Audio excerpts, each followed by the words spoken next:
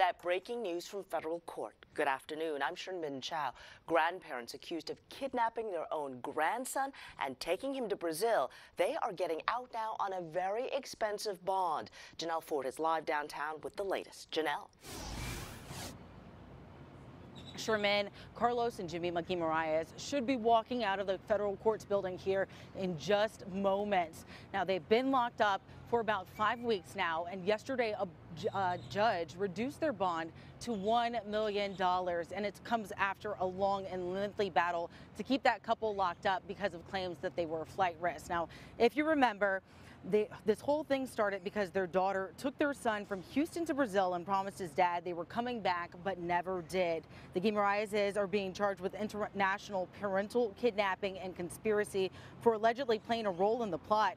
We spoke with their lawyers. They tell us that bail comes with special conditions. First, they'll have GPS monitoring. They'll have to stay here in Harris County. They'll also have a curfew. They can move freely throughout the county from 7:30 a.m. to 9 p.m., but must remain at their son's house, who lives here in Houston, through the overnight hours. These people want to set the record straight. They want to get their side out, and they want to get their reputation back. They didn't engage in any type of kidnapping of a child. They're not going to run. They're not going to run. They'll fight this. Now, that was their son saying that they won't run. The next step for this case is for them to go to trial, and Sherman, that trial is scheduled to start the first week of May. All right. Thank you very much, Janelle. And breaking at this hour, Pearland ISD says a gun was found in a student's bag this morning at Pearland High School. No word yet on whether that gun was loaded. No one has been hurt. We will bring you more details as we get them on air and online. Houston ISD trying to clear up confusion and probably calm folks down today over its reduction in force that was approved at yesterday's board meeting. The district says the items are procedural to allow future job cuts to occur if necessary. The district is facing a $115 million budget shortfall. Critical positions are exempt, those such as secondary math, science, and English teachers. The teachers' union is worried some 700 people could lose their jobs. More than a year after historic bricks were mistakenly removed by a city contractor, they are being replaced in Houston's Freedmanstown, and they are being reinstalled. Adam Bennett was live at the rededication this morning, and this is a time that neighbors have really been fighting for. Adam? That's right, Sherman. You know, one woman in particular, she's lived here her entire life in Freedmanstown. She has been pushing the city to get this done. She says she never lost faith it would happen.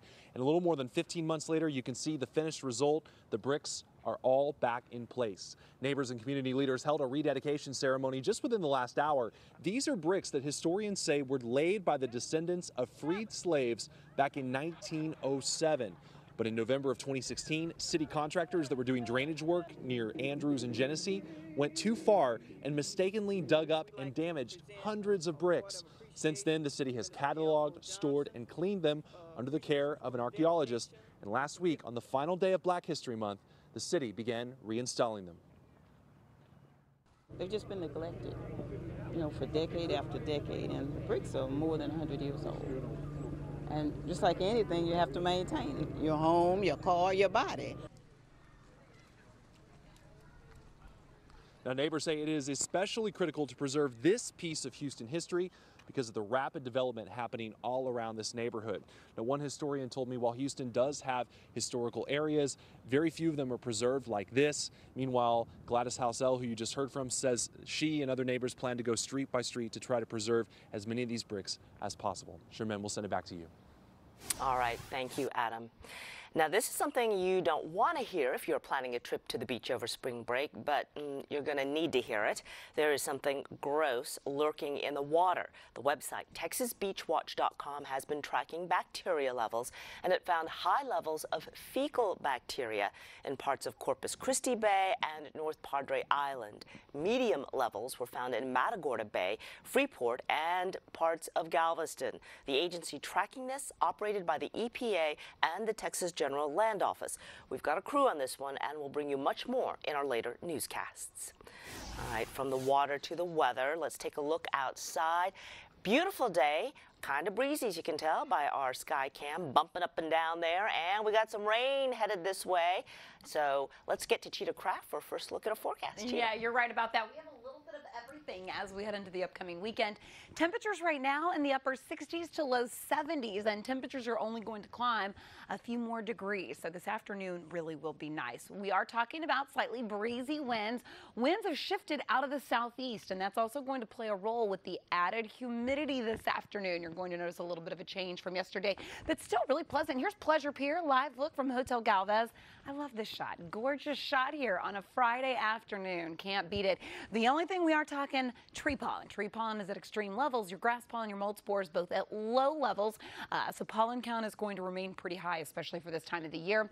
We will talk about your rain chances. I'm really going to detail that hour by hour on our future track coming up next. Sherman, I'll send it back to you. All right, thank you, Cheetah. So don't forget, this weekend we are springing forward, and that means you need to set your clocks forward Saturday night before you go to bed, because we're going to lose that hour. This is part of a federal law that was enacted back in the 1960s, but Arizona and Hawaii do not observe daylight saving time. So Florida and South Carolina considering doing the same. We want to know what you think. Should Texas ditch daylight savings? Head to KHOU.com/vote now or use our news app to weigh in.